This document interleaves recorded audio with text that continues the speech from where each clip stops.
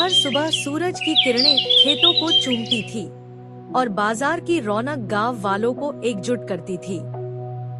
इस गांव में रहता था राम प्रसाद, एक ऐसा इंसान जिसका दिल सोने जैसा था। उसकी छोटी सी वड़ा पाव की रेडी गांव की शान थी। बच्चे, बूढ़े, जवान सब उसके स्वादिष्ट और सस्ते वड़ा पाव के दीवाने थे। कुरकुरा आलू का वड़ा, नरम पाव और तीखी चटनी, उसके वड़ा पाव का स्वाद ऐसा था कि लोग दूर दूर से आते थे। राम प्रसाद अपनी पत्नी मीना और बेटे विक्रम के साथ रहता था। मीना एक मेहनती और प्यार करने वाली पत्नी थी, जो हमेशा परिवार को जोड़े रखती थी। लेकिन विक्रम, अरे वो तो बिल्कुल उलट था। आलसी, लालची और हमेशा जल्दी अमीर बनने के सपने देखने वाला। उसे अपने पिता का वड़ा पाव बेचना छोटा काम लगता था।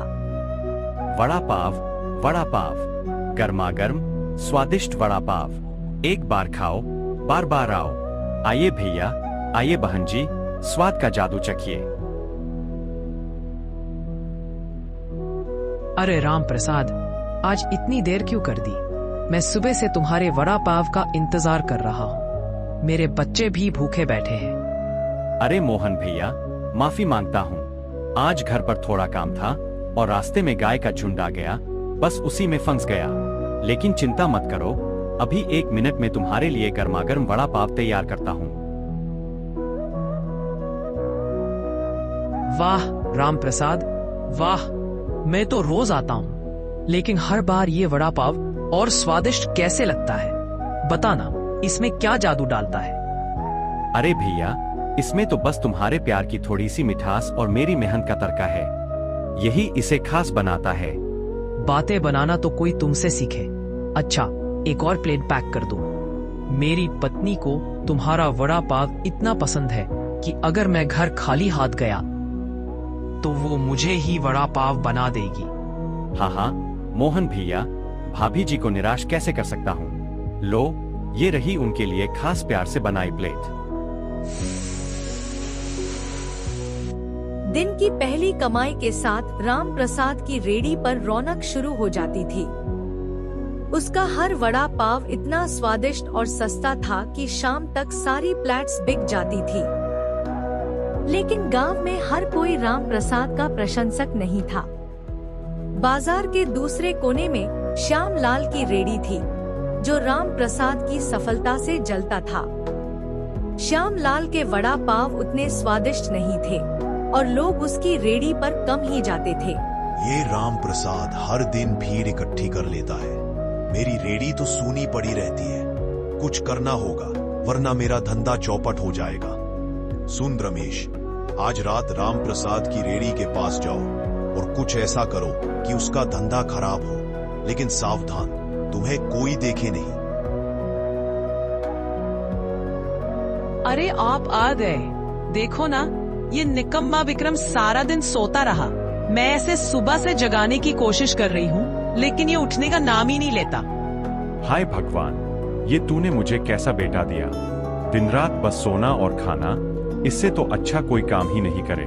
पिताजी, सुबह से मेरा सिर बहुत तेज दुख रहा है। उल्टी और पेट दर्द भी हो रहा है, इसलिए मैं सारा दिन सो रहा हूँ। अच्छा, तो काम से बचने के लिए नाटक कर रहा है।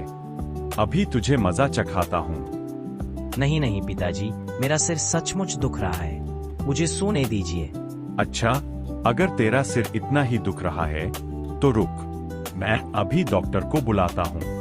वो तेरे दोनों पिछवाड़े में जोरदार इंजेक्शन लगाएगा और तेरा सिर दर्द चुटकियों में ठीक हो जाएगा। नहीं पिताजी, डॉक्टर की कोई जरूरत नहीं, मैं ठीक हूँ, बस थोड़ा आराम चाहिए। बस, बहुत हुआ तेरा नाटक। कल से तू मेरे साथ रेडी पर आएगा और काम में मेरा हाथ बटाएगा, समझा? नहीं पिताजी, मुझे वड़ा पाव बेचने में कोई रुचि नहीं। मैं कुछ बड़ा करना चाहता हूँ, कोई बड़ा धंधा, जिससे मैं रातों रात अमीर बन जाऊँ। क्या कहा तूने? बड़ा करना चाहता है? पहले ये छोटा काम तो सीख ले, फिर बड़े बड़े सपने देखना। विक्रम के सारे विरोध बेकार गए और उसे अपने पिता के साथ बाजार जाना पड़ा। अगली सुबह बाप बेटे दोनों रेडी लेकर बाजार पहुँचे। राम प्रसाद ने विक्रम को रेडी की जिम्मेदारी सौंप दी, क्योंकि उसे और मीना को कुछ जरूरी काम से शहर जाना था। विक्रम, हम कुछ काम से शहर जा रहे हैं। रेडी अच्छे से संभाल लेगा ना? हाँ हाँ पिताजी, आप निश्चिंत होकर जाइए, मैं सब संभाल लूंगा। जैसे ही राम प्रसाद और मीना गए, विक्रम ने अपनी लालच भरी सोच को काम में लाया। उसने वड़ा पाव का दाम 10 रुपए प्रति प्लेट से बढ़ाकर 20 रुपए कर दिया, यह सोचकर कि वह जल्दी से ढेर सारा पैसा कमा लेगा।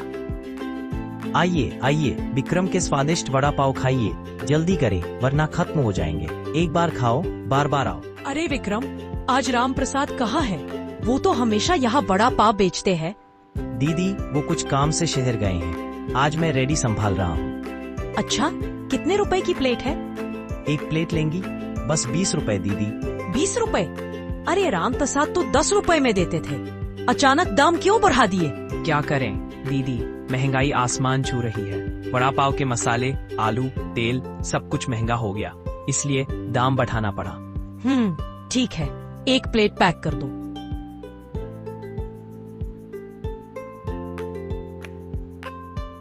विक्रम ने ज्यादा दाम पर वड़ा पाव बेचना शुरू कर दिया और उसे लगने लगा कि वह बहुत चालाक है। लेकिन तभी एक बूढ़े बाबा जी रेडी पर आए। बेटा, मेरे पास पैसे नहीं हैं, लेकिन मैं तुम्हें एक वरदान दे सकता हूँ जो तुम्हें जीवन में बहुत आगे ले जाएगा। अरे बाबा, मुझे आपके वरदान की कोई जरूरत नहीं। अगर पैसे नहीं है तो मैं वड़ा पाव नहीं दे सकता। मैं तुम जैसे धोखेबाज बाबाओं को अच्छे से जानता हूँ, बातों में फंसाकर लोगों को लूट लेते हो। बेटा, तू मेरा इस तरह अपमान नहीं कर सकता। मैं कोई धोखेबाज नहीं हूँ। सावधान, मैं तुझे श्राप भी दे सकता हूँ। अच्छा, तो अब आप मुझे श्राप देंगे? यहाँ से निकल जाइए, वरना मुझे आपको धक्के मारकर भगाना पड़ेगा। चलो फूटो। ठीक है बेटा, मैं तुझे श्राप देता हूँ कि अब से तेरे साथ सिर्फ बुरा ही होगा। तुझे अपने कर्मों की सजा भुगतनी पड़ेगी और तुझे जेल की हवा भी खानी पड़ेगी। विक्रम ने बाबा की चेतावनी को मजाक समझा और अपने काम में जुट गया। लेकिन उसे नहीं पता था कि श्यामलाल की शरारत और बाबा का श्राप उसका जीवन बदलने वाले थे। उसी रात श्यामलाल के नौकर रमेश ने राम प्रसाद की रेडी के पास कुछ गंदगी डाल दी, जिसमें कीड़े मकड़े थे। उसका मकसद था कि लोग राम प्रसाद के वड़ा पाव को खराब समझें और उसकी रेडी पर आना बंद कर दें। अगले दिन विक्रम ने फिर से ज्यादा दाम पर वड़ा पाव बेचना शुरू किया, लेकिन उसे नहीं पता था कि रात की शरारत ने उसकी रेडी को दूषित कर दिया था। दो पुलिस वाले, इंस्पेक्टर शर्मा और हवलदार पाटिल, रेडी पर आते हैं। स्वागत है साहब, कितनी प्लेट वड़ा पाव लगाऊं? 2 प्लेट लगा दो भाई। इंस्पेक्टर शर्मा वड़ा पाव का एक कौर लेते हैं और अचानक चिल्लाते हैं, ये क्या? मेरे वड़ा पाव में मरा हुआ चूहा और ये कॉकरोच कहाँ से आई? साहब, मैं कसम खाता हूँ, मुझे नहीं पता ये कैसे हुआ। चुप कर, तुझे लगता है हम तेरी बात मान लेंगे? अगर हमने ये गलती से खा लिया होता तो हमारी जान भी जा सकती थी। हवलदार, इसे गिरफ्तार करो और जेल में डाल दो। हवलदार पाटिल विक्रम को पकड़कर थाने ले जाता है। विक्रम को जेल में बंद कर दिया गया। वह डर के मारे कांप रहा था, यह सोचकर कि शायद बाबा का श्राप सच हो रहा है। उस स्टुअर्ट रात में श्यामलाल की साजिश काम कर गई। उसने गंदगी डालकर रेडी को दूषित किया था और अब विक्रम को उसकी सजा भुगतनी पड़ रही थी। मेरे वड़ा पाव में ऐसा कुछ नहीं हो सकता। हवलदार साहब, मुझसे कोई गलती नहीं हुई, मेरी बात पर विश्वास कीजिए। हर अपराधी यही कहता है कि वो बेगुनाह है। कुछ दिन जेल में रह, फिर देखते हैं तेरी अकल ठिकाने आती है कि नहीं। कई दिन बीत जाते हैं। राम प्रसाद और मीना शहर से लौटते हैं। जब राम प्रसाद और मीना को पता चला कि उनका बेटा जेल में है, वे तुरंत थाने पहुँचे। लेकिन इससे पहले गांव में खबर फैल गई थी कि राम प्रसाद की रेडी के वड़ा पाव में चूहा और कॉकरोच मिला। लोग उनके धंधे पर सवाल उठाने लगे और श्यामलाल की रेडी पर भीड़ बढ़ने लगी। थाने में राम प्रसाद और मीना इंस्पेक्टर शर्मा से मिलते हैं। इंस्पेक्टर साहब, मेरे बेटे को जेल में क्यों बंद किया? आखिर इसने क्या गलती की? तुम्हारे बेटे के वड़ा पाव में मरा हुआ चूहा और कॉकरोच निकला। अगर कोई उसे खा लेता तो जान भी जा सकती थी, इसलिए हमने इसे जेल में डाला। क्या ये सच है, विक्रम? हाँ पिताजी, लेकिन मुझे सचमुच नहीं पता कि ये चूहा और कॉकरोच कहाँ से आए। मैंने तो सब कुछ ठीक किया था। साहब, मैं अपने बेटे की तरफ से माफी मांगता हूँ। ये दोबारा ऐसी गलती नहीं करेगा। कृपया इसे छोड़ दीजिए। ठीक है, लेकिन अगर तुम्हारे खाने में फिर कोई हानिकारक चीज मिली तो मैं इसे फांसी पर लटका दूंगा। हवलदार, इसे छोड़ दो। हवलदार पाटिल विक्रम को छोड़ देता है। विक्रम शर्मिंदा और डरा हुआ बाहर आता है।